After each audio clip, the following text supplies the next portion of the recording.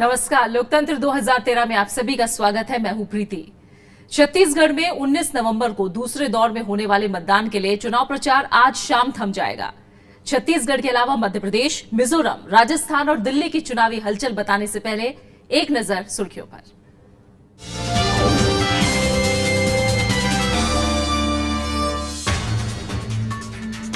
छत्तीसगढ़ में शाम तक थम जाएगा प्रचार। घर घर जाकर उम्मीदवार मांगेंगे वोट। 19 नवंबर को 72 सीटों पर मतदान। दिल्ली में 1178 उम्मीदवारों ने भरा पर्चा। सोमवार को नामांकन पत्रों की जांच। राजधानी में राहुल गांधी की रैली आज। प्रधानमंत्री मनमोहन सिंह की मिजोरम में चुनावी रैली। जनता से विकास के लिए कांग्रेस को एक और मौका देने की अपील। और मध्य प्रदेश में बीजेपी के घोषणा पत्र में गरीबों को 1 रुपए किलो गेहूं, युवाओं को रोजगार और लैपटॉप का वादा। कांग्रेस ने बताया झूठ का पुलिंदा। नरेंद्र मोदी को चुनाव आयोग ने नोटिस का जवाब देने के लिए 4 दिन का और वक्त दिया है। बीजेपी ने शनिवार को जवाब देने के लिए हफ्ते भर का समय मांगा था। नरेंद्र मोदी को शनिवार तक नोटिस का जवाब देना था। मोदी पर कांग्रेस के चुनाव चिन्ह पर विवादास्पद टिप्पणी करने का आरोप है। बीजेपी के मुताबिक मोदी इस समय चुनाव प्रचार में व्यस्त हैं, इसलिए उन्हें जवाब देने के लिए और मोहलत मिलनी चाहिए।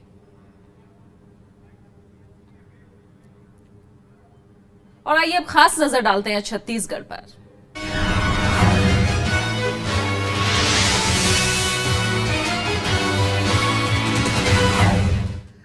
छत्तीसगढ़ में दूसरे दौर के लिए आज शाम चुनाव प्रचार खत्म हो रहा है। दूसरे दौर में राज्य के 16 जिले की 72 विधानसभा सीटों के लिए मतदान होगा। 19 नवंबर को होने वाले मतदान के लिए करीब 1,39,75,000 मतदाता 842 उम्मीदवारों के राजनीतिक भाग्य का फैसला करेंगे। दूसरे दौर के लिए सबसे ज्यादा 38 उम्मीदवार रायपुर दक्षिण विधानसभा सीट से हैं। दूसरे दौर में 75 महिलाएं भी अपनी राजनीतिक किस्मत आजमा रही हैं, जबकि 9 सीटें अनुसूचित जाति के लिए और 17 सीटें अनुसूचित जनजाति के लिए आरक्षित हैं।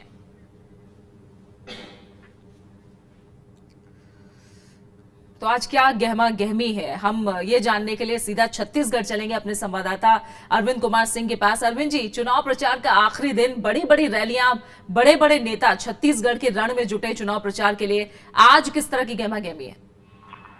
जी देखिए, अभी जो यहाँ गहमा गहमी का जिसको कहिए कि जो एकदम पीक पर है, और लोगों ने सारे जोर लगा दिए हैं कि किस तरह से वो विन ओवर करें। जिन 72 सीटों पर जो मतदान होने वाला है उनमें जो है कांग्रेस और बीजेपी का 35 सीटों पर कब्जा रहा पिछले चुनाव में। तो इस नाते आप अंदाजा लगा सकते हैं कि एकदम बिल्कुल नेक टू नेक फाइट होनी है दोनों पार्टियों के बीच में। इस नाते उन्होंने कोई कसर नहीं छोड़ी। और एक चीज बताना चाहूंगा आपको कि जो सेकंड फेज है उसमें भी नक्सल प्रभावित काफी इलाके आते हैं, जिसमें जसपुर है, बलरामपुर है, महासमुंद है, धमतरी है और दुर्ग का कुछ हिस्सा है। तो ये जो है नक्सल प्रभावित है, इसलिए जो है यहाँ काफी बड़ी पैमाने पर सुरक्षा के इंतजाम किए गए हैं और काफी चौकसी बरती जा रही है। कुछ इस बीच में नक्सलवादी पकड़े गए हैं, उनके साथ मुठभेड़ भी हुई है। तो कुल मिलाकर के ये कहिए कि जो कुछ जिले ऐसे हैं जहाँ धमतरी है, महासमुंद है, रायगढ़ है, यानी बड़ा इलाका, पहले दौर के बाद भी छत्तीसगढ़ में एक बड़ा इलाका अभी भी ऐसा है जहां एक सुरक्षा बड़ी चिंता का विषय है और इसके लिए पुख्ता तौर पर तैयारियां कर ली गई हैं। साथ ही चुनाव प्रचार का आज आखिरी दिन है। तमाम बड़े नेता आज भी चुनाव प्रचार के लिए छत्तीसगढ़ में मैदान में उतरे हुए हैं। 72 सीटों के लिए 19 नवंबर को वोटिंग होनी है। छत्तीसगढ़ में आखिरी दौर के धुआंधार प्रचार में शनिवार को कांग्रेस उपाध्यक्ष राहुल गांधी ने 3 चुनावी सभाएं की। उन्होंने सत्ताधारी बीजेपी पर प्राकृतिक संसाधनों के बेजा इस्तेमाल का आरोप लगाया। छत्तीसगढ़ विधानसभा चुनाव के दूसरे दौर के प्रचार में कांग्रेस के आला नेता भी जमकर पसीना बहा रहे हैं। पार्टी उपाध्यक्ष राहुल गांधी ने शनिवार को रायगढ़, सूरजपुर और रायपुर में रैली की। रायगढ़ के खरसिया क्षेत्र में उन्होंने बीजेपी सरकार पर छत्तीसगढ़ के संसाधनों का बेजा इस्तेमाल का आरोप लगाया। उन्होंने राज्य की तरक्की के लिए बीजेपी को सत्ता से बेदखल करने की अपील की। बीजेपी को यहाँ से निकाले, इन चोरों को यहाँ से निकाले, तभी आपका प्रदेश आगे जाएगा। राहुल गांधी ने कहा कि रमन सिंह सरकार ने केंद्रीय योजनाओं के तहत मिले पैसों का सही इस्तेमाल नहीं किया है। उन्होंने सुरक्षा के मोर्चे पर भी राज्य सरकार को नाकाम बताया। आपके साथ हर रोज अत्याचार हो रहा है, हर दिन अत्याचार हो रहा है, हर जगह अत्याचार हो रहा है। सूरजपुर और रायपुर की रैली में भी राहुल गांधी ने राज्य की बीजेपी सरकार पर जमकर हमला बोला। छत्तीसगढ़ में दूसरे दौर की 72 सीटों के लिए 19 नवंबर को मतदान होना है। Bureau report, Rajya Sabha TV. BJP ने छत्तीसगढ़ के खरसिया में शनिवार को राहुल गांधी के भाषण की आलोचना की। रायपुर में बीजेपी प्रवक्ता रविशंकर प्रसाद ने कहा कि राहुल गांधी ने भाषण में असंसदीय और अमर्यादित भाषा का इस्तेमाल किया है, जिसकी उनकी पार्टी निंदा करती है। उन्होंने केंद्र की यूपीए सरकार पर हर मोर्चे पर नाकाम रहने का आरोप लगाया। राहुल गांधी जी, एक बात का जवाब दीजिए, 9.5 साल के शासन में कांग्रेस पार्टी के राज में, यूपीए में सब कुछ नीचे है, सिर्फ 2 चीज ऊपर है, महंगाई और भ्रष्टाचार। कृषि विकास दर नीचे, औद्योगिक विकास दर नीचे, रुपये का भाव तो जो गिर रहा है बताने की जरूरत ही नहीं, उद्योग धंधे बंद हैं, पूंजी निवेश बंद है, बेरोजगारी बढ़ रही है। इन बातों का जवाब नहीं होगा। छत्तीसगढ़ विधानसभा के पूर्व अध्यक्ष प्रेम प्रकाश पांडे का दावा है कि छत्तीसगढ़ में बीजेपी की सरकार बनेगी। भिलाई से चुनाव लड़ रहे प्रेम प्रकाश पांडे ने कांग्रेस पर आरोप लगाया कि पार्टी ने जिम्मेदार विपक्ष की भूमिका भी नहीं निभाई। हमारे संवाददाता अरविंद कुमार सिंह ने उनसे खास बात की।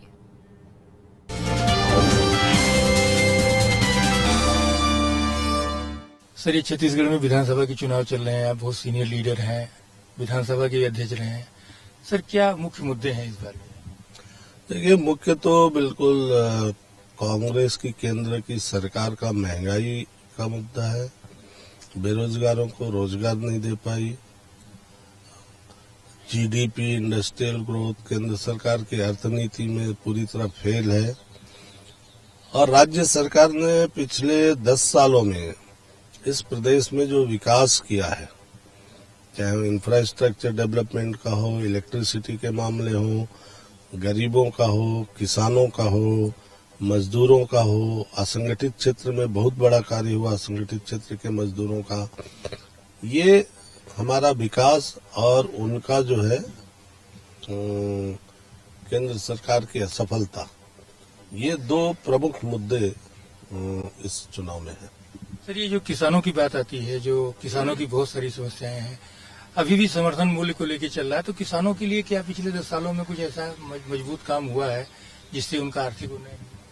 किसानों की जो मूलभूत समस्या थी वो खत्म हो गई है, लेकिन ये जरूर है कि समर्थन मूल्य और मिलना चाहिए। जब हम उसको मार्केट के साथ देखते हैं तो निश्चित तौर पे समर्थन मूल्य की और आवश्यकता है, जो हम लोगों ने मांग किया है कि लगभग 2200 रुपया पर क्विंटल धान का समर्थन मूल्य है, होना चाहिए। Thank you sir, Rajya Sabha TV से बात करने के लिए धन्यवाद।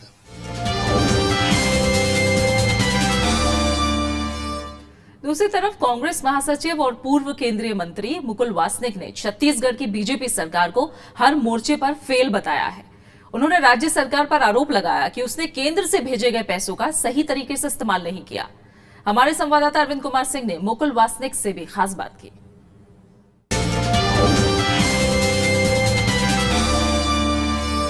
छत्तीसगढ़ का जो दूसरा फेज है, ये बहुत ही इम्पोर्टेंट है क्योंकि सबसे ज्यादा सीटें इसी में है।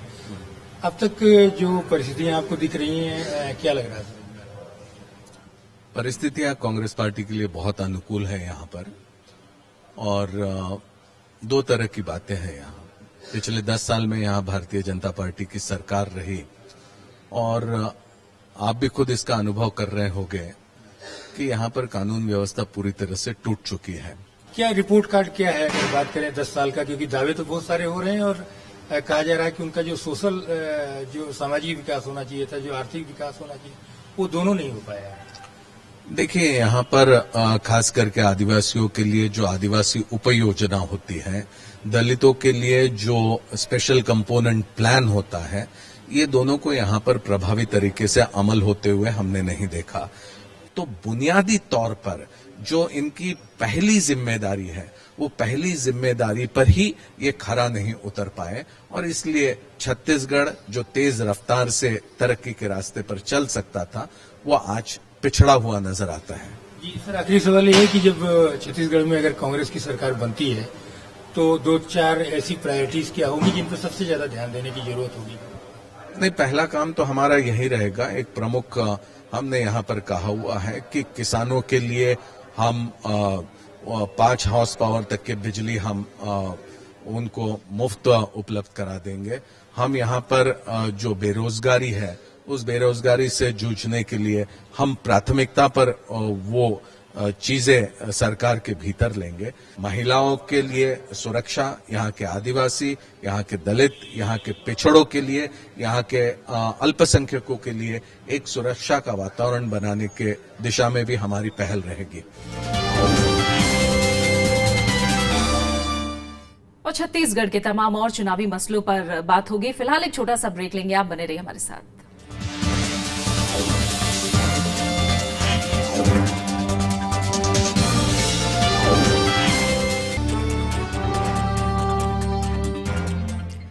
और अब बात छत्तीसगढ़ के कोरबा की। इस विधानसभा सीट पर आखिर इस बार चुनावी मुद्दे क्या हैं और किस तरह के चुनावी समीकरण यहां उभर कर आ रहे हैं, ये जानने की कोशिश की हमारे संवाददाता विशाल दहिया ने। कोरबा के इन ऊर्जा संयंत्रों से रोज लगभग 9,000 मेगावाट बिजली पैदा होती है, लेकिन साथ ही निकलती है 40,000 टन राख, जो कि शहर के लोगों के लिए एक बहुत बड़ी मुसीबत का कारण बनी हुई है। ऊर्जा राजधानी के नाम से मशहूर कोरबा की देश में कुल कोयला उत्पादन में 11% हिस्सेदारी है। इसके अलावा एनटीपीसी, बीसीसीपी, एनटीपीपी, एचटीपीपी और एसबीएस समेत यहाँ बिजली उत्पादन करने वाली 11 इकाइयां हैं। यहाँ से सीमेंट कारखानों के लिए रोजाना 10,000 टन राख भेजी जाती है। इसके अलावा 2,000 टन राख की खपत ईंट उद्योग में है, जबकि बाकी राख के शहर के आसपास ढेर लगा दिए गए हैं। कोरबा में राख के तकरीबन 26 टीले हैं। सीपीसीबी की रिपोर्ट के मुताबिक कोरबा देश में 5वां सबसे प्रदूषित औद्योगिक इलाका है। राख से होने वाला प्रदूषण स्थानीय लोगों के लिए बड़ी परेशानी का सबब है। यहाँ पर राखों की बारिश होती है और इस समस्या को शब्दों के परिधि में नहीं घेरा जा सकता। आप इसी से अंदाजा लगा लीजिए कि जो व्यक्ति सिगरेट नहीं पीता है, सवेरे उठने के बाद भी उसे एक पैकेट सिगरेट का नशा रहता है। यहाँ के प्रदूषण की वजह से 90% लोग जो है बीमार रह रहे हैं। क्षेत्र के मुख्य चिकित्सा अधिकारी भी मानते हैं कि इस इलाके में प्रदूषण की वजह से स्वास्थ्य संबंधी कई दिक्कतें पैदा हो रही हैं। फ्लाई ऐश से इससे आंखों में जलन होता है, लॉन्ग रन में काफ़ी तकलीफें बढ़ती हैं। दूसरी चीज़ है कि जो वाटर पोल्यूशन जो होता है उसके कारण पेट में प्रॉब्लम्स आती हैं। और जहाँ तक रेस्पिरेशन का सवाल है तो इसमें भी ज़्यादा दिन रहने से, ज़्यादा दिन के इफेक्ट से इसके सांस की ट्रबल होती है। लेकिन कोरबा के जनता से वोट मांगने वाले प्रदूषण को चुनावी मुद्दा नहीं मानते। पॉल्यूशन वगैरह तो कोई मुद्दा है ही नहीं। ये बात जरूर है कि पॉल्यूशन इस क्षेत्र में बहुत ज्यादा है। प्रदूषण के ऊपर वोट नहीं डलेगी, क्योंकि प्रदूषण यहाँ की जनता जानती खत्म नहीं हो सकता, प्रदूषण कम किया जा सकता है। प्रदूषण के अलावा रेल यातायात और नागरिक सुविधाओं से भी स्थानीय जनता खुश नहीं है। हर रोज 40 रैक कोयले की ढुलाई के चलते कोरबा स्टेशन से दक्षिण पूर्व मध्य रेलवे को काफी आमदनी होती है, लेकिन यहाँ के लोगों के लिए केवल 1 एक्सप्रेस ट्रेन रोजाना और 2 साप्ताहिक चलती हैं।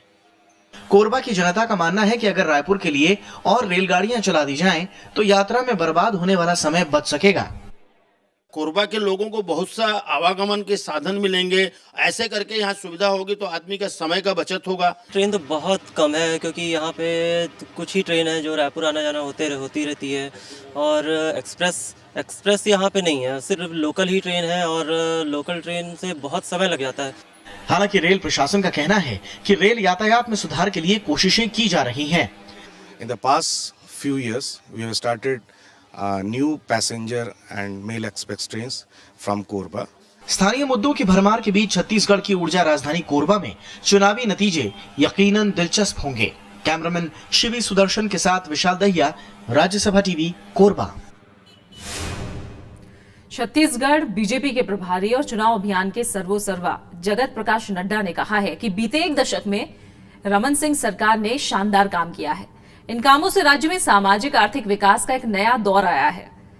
राज्यसभा सांसद श्री नड्डा का दावा है कि तीसरी बार भी रमन सिंह की सरकार बनेगी और कांग्रेस को जनादेश नहीं मिलेगा। उनका कहना है कि कांग्रेस के दावे और बीजेपी पर किए जा रहे प्रहार सच्चाई से परे हैं। राज्यसभा टीवी संवाददाता अरविंद कुमार सिंह ने बीजेपी प्रभारी से खास बात की।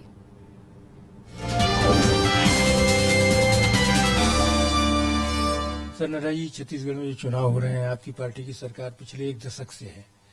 जो अपोजिशन का जो मुख्य आरोप ये है कि पिछले 10 साल में जो सामाजिक आर्थिक विकास होना चाहिए था वो नहीं हो पाया, और सेंट्रल से जो पैसे वगैरह मिले हैं वो भी सही उपयोग नहीं हो पाया। आपका क्या कहना सर? बिल्कुल बेबुनियाद है, और ये एक कांग्रेस पार्टी जो सिर्फ लोगों को गुमराह करने की चैंपियन है, ये उनका ये वक्तव्य है। वो हमेशा चुनाव में अंतिम दिनों में कीचड़ उछालने का काम करते हैं और सच्चाई से लोगों को गुमराह करने की कोशिश करते हैं। अगर छत्तीसगढ़ में अच्छा काम नहीं हुआ है तो इतने कम समय में इतने राष्ट्रीय और अंतर्राष्ट्रीय पुरस्कार छत्तीसगढ़ को कैसे मिला? छत्तीसगढ़ एग्रीकल्चर के क्षेत्र में कैसे आगे बढ़ गया, जिसके बारे में सुप्रीम कोर्ट और प्लानिंग कमीशन ये कहता है कि छत्तीसगढ़ का मॉडल फॉलो करो। क्या जो छत्तीसगढ़ का जो कांग्रेस का जो नेतृत्व है वो विपक्ष के रूप में क्या सफल नहीं है वो, या क्या लगता है? ऐसा है कि कांग्रेस पार्टी यहाँ पर अपने बुनियादी जिम्मेवारी को निभाने में असफल रही है। न वह विपक्ष की भूमिका अदा कर रही है और न ही वह जनता में अपना विश्वास बना पा रही है। रमन सिंह जी की छवि, रमन सिंह जी का कर्तृत्व, रमन सिंह जी के द्वारा किए गए कार्यों पर जनता का विश्वास ये अटूट है।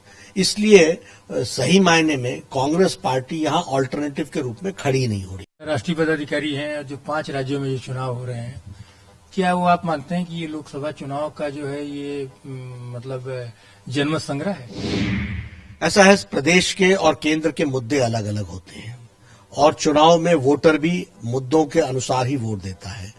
लेकिन हम यह जान रहे हैं कि हम यह विधानसभा का चुनाव भी जीत रहे हैं क्योंकि प्रदेशों में भी हमने अच्छा काम किया है, छत्तीसगढ़ में हमने अच्छा काम किया है।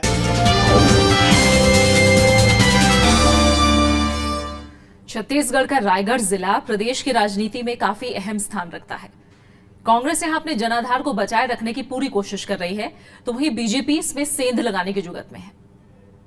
चुनावी कवरेज के सिलसिले को आगे बढ़ाते हुए राज्यसभा टीवी आज पहुंच चुका है छत्तीसगढ़ के शहर रायगढ़ में।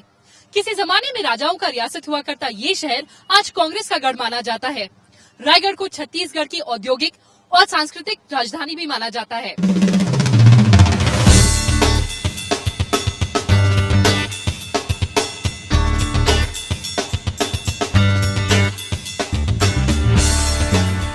आजादी के बाद भारत में शामिल होने वाली रायगढ़ पहली रियासत थी।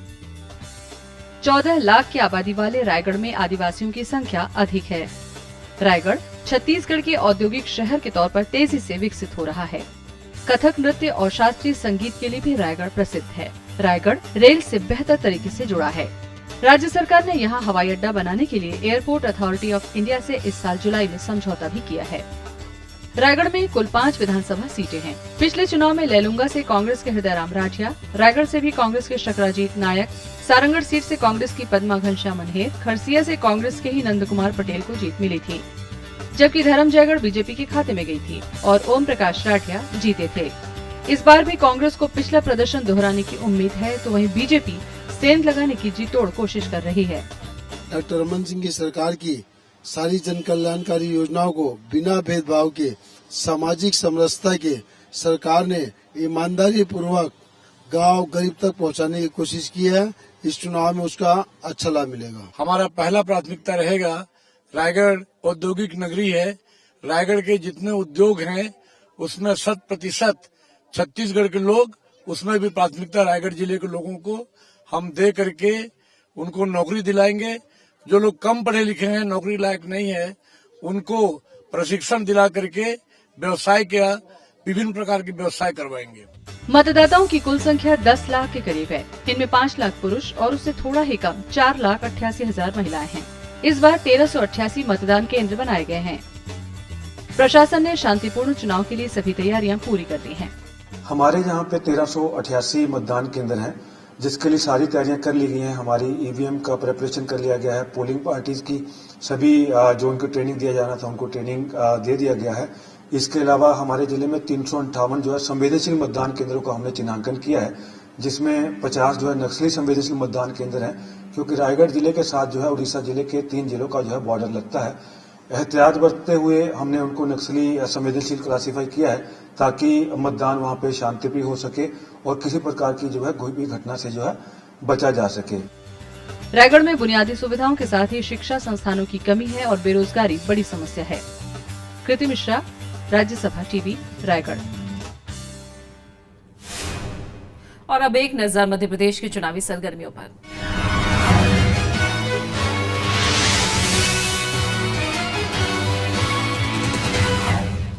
मध्य प्रदेश कांग्रेस चुनाव प्रचार अभियान समिति के अध्यक्ष ज्योतिरादित्य सिंधिया ने राज्य की बीजेपी सरकार पर लोगों को सुरक्षा दिला पाने में नाकाम रहने का आरोप लगाया है। रायसेन की भोजपुर विधानसभा सीट पर कांग्रेस के उम्मीदवार सुरेश पचौरी के समर्थन में एक रैली में उन्होंने कहा कि मध्य प्रदेश में सुरक्षा व्यवस्था की हालत बिगड़ गई है। राज्य सरकार की योजनाएं जमीनी स्तर पर पूरी तरह विफल हैं। ना शिक्षक सुरक्षित, ना पुलिस का अफसर सुरक्षित, ना महिला सुरक्षित, भ्रष्टाचार की चरम सीमा, बंदरबाट कर दिया है मध्य प्रदेश में। इनका तो एक ही सोच है कि दिखा दो सपना और सबका मान। मध्य प्रदेश में 25 नवंबर को होने वाले विधानसभा चुनाव के लिए बीजेपी ने शनिवार को अपना घोषणा पत्र जारी कर दिया। जनसंकल्प 2013 नाम से जारी घोषणा पत्र में बीजेपी ने कई लुभावने वादे किए हैं। पार्टी ने तकरीबन हर वर्ग से कुछ वादा किया है, लेकिन कांग्रेस ने इसे झूठा दावा करार दिया है। मध्य प्रदेश में चुनावी तारीख नजदीक आते ही बीजेपी ने अपने वायदों के पत्ते खोल दिए। बीजेपी ने घोषणा पत्र में छात्रों को स्मार्टफोन और लैपटॉप देने का ऐलान किया है। स्वरोजगार योजना के तहत 5 लाख रोजगार पैदा करने सहित युवाओं के लिए कई वादे शामिल हैं। खाद्य सुरक्षा योजना के तहत 1 रुपए किलो की दर से गेहूं और नमक देने की बात कही गई है। भूमिहीन लोगों की खातिर 15 लाख मकान बनाने, 20,000 गांवों तक शुद्ध पेयजल पहुंचाने सहित स्वास्थ्य सुविधाओं को गांव तक पहुंचाने के वादे शामिल हैं। घोषणा पत्र में 2020 तक प्रदेश में 20,000 मेगावाट बिजली पैदा करने और मान्यता प्राप्त पत्रकारों को लैपटॉप देने की बात भी कही गई है। बीजेपी का कहना है कि प्रदेश की तरक्की के लिए वो नई योजनाएं शुरू करेगी। मध्य प्रदेश के समृद्धि और विकास को और जनता के कल्याण के कामों का एक रोड मैप जो अब तक किया है, उससे आगे के समृद्धि और विकास का हमारा रास्ता है, हमारा मार्ग है। हालांकि कांग्रेस ने बीजेपी के दावे को सिरे से नकार दिया है। झूठ का एक पुलंदा जो है बाहर निकल तो आया। 2004, 2008 में भी भाजपा के जो मैनिफेस्टो हैं उनमें 75% वादे ऐसे हैं जिनको इन्होंने पूरा नहीं किया है। मध्य प्रदेश में कांग्रेस ने 11 नवंबर को ही अपना घोषणा पत्र जारी कर दिया था। विधानसभा चुनाव में अब 10 दिन से कम वक्त बचा है, लिहाजा मुद्दों पर चुनावी तकरार तेज होने की उम्मीद है। Bureau report, Rajya Sabha TV.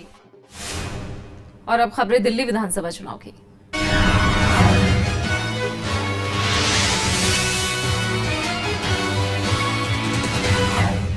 Congress उपाध्यक्ष राहुल गांधी आज दिल्ली में चुनावी सभा करेंगे। वो दक्षिण दिल्ली के अंबेडकर नगर इलाके में पार्टी उम्मीदवारों के पक्ष में प्रचार करेंगे। इस मौके पर मुख्यमंत्री शीला दीक्षित समेत कई बड़े नेता मौजूद रहेंगे।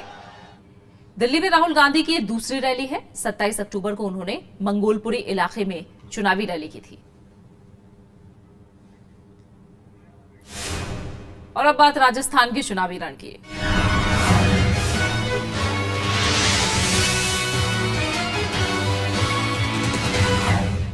राजस्थान विधानसभा चुनाव में नाम वापसी के आखिरी दिन 562 उम्मीदवारों ने अपना नाम वापस ले लिया। शनिवार को नाम वापसी की प्रक्रिया पूरी होने के बाद मुख्यमंत्री अशोक गहलोत और वसुंधरा राजे समेत 2153 उम्मीदवार चुनाव मैदान में बाकी बचे हैं। कांग्रेस और बीजेपी ने सभी 200 सीटों पर उम्मीदवार उतारे हैं। वहीं बीएसपी ने 197, एनपीपी ने 142, सीपीएम 37 और सीपीआई 23 सीटों पर चुनाव लड़ रही है। इसके अलावा 896 निर्दलीय उम्मीदवार भी चुनाव मैदान में हैं। और वहीं बीएसपी उम्मीदवार के निधन की वजह से राजस्थान की चूरू विधानसभा सीट पर चुनाव स्थगित कर दिया गया है। बीएसपी उम्मीदवार जगदीश मेघवाल की शनिवार को हृदय गति रुकने से चूरू के एक अस्पताल में मौत हो गई। राजस्थान के मुख्य चुनाव अधिकारी ने बीएसपी उम्मीदवार के निधन पर रिपोर्ट मांगी है। चुनाव की नई तारीख का ऐलान बाद में किया जाएगा। राजस्थान में 1 दिसंबर को मतदान होना है। और अब बात मिजोरम की।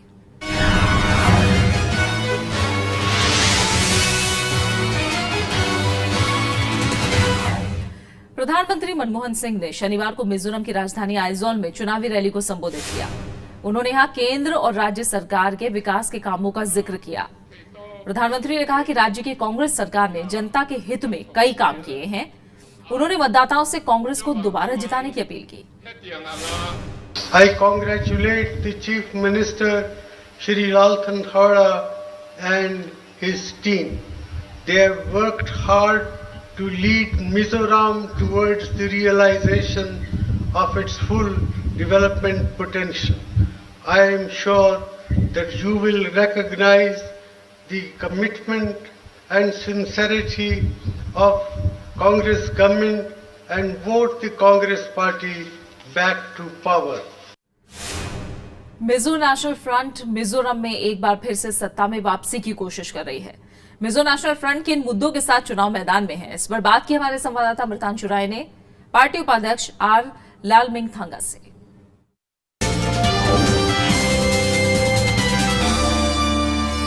I'm in Aizawl in Mizoram, and I have with me Mr. R. Lalmingsthanga, the Vice President of Mizo National Front and a veteran Mizo National Front leader.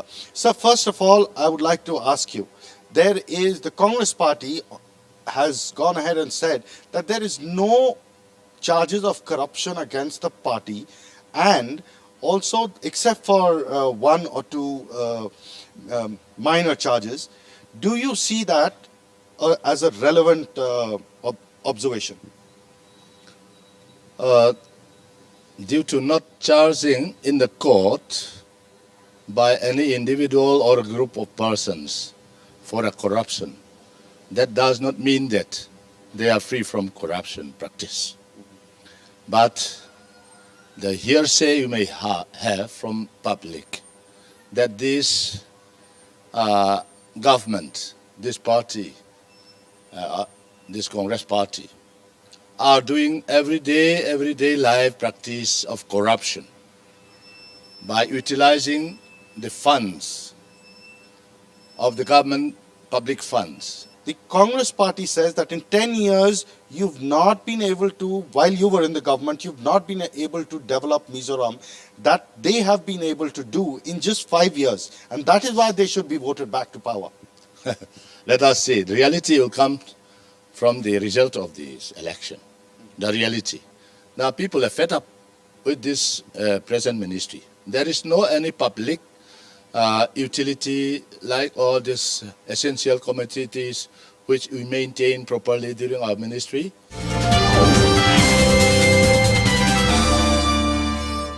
और इसी के साथ फिलहाल लोकतंत्र 2013 में इतना ही। नमस्कार।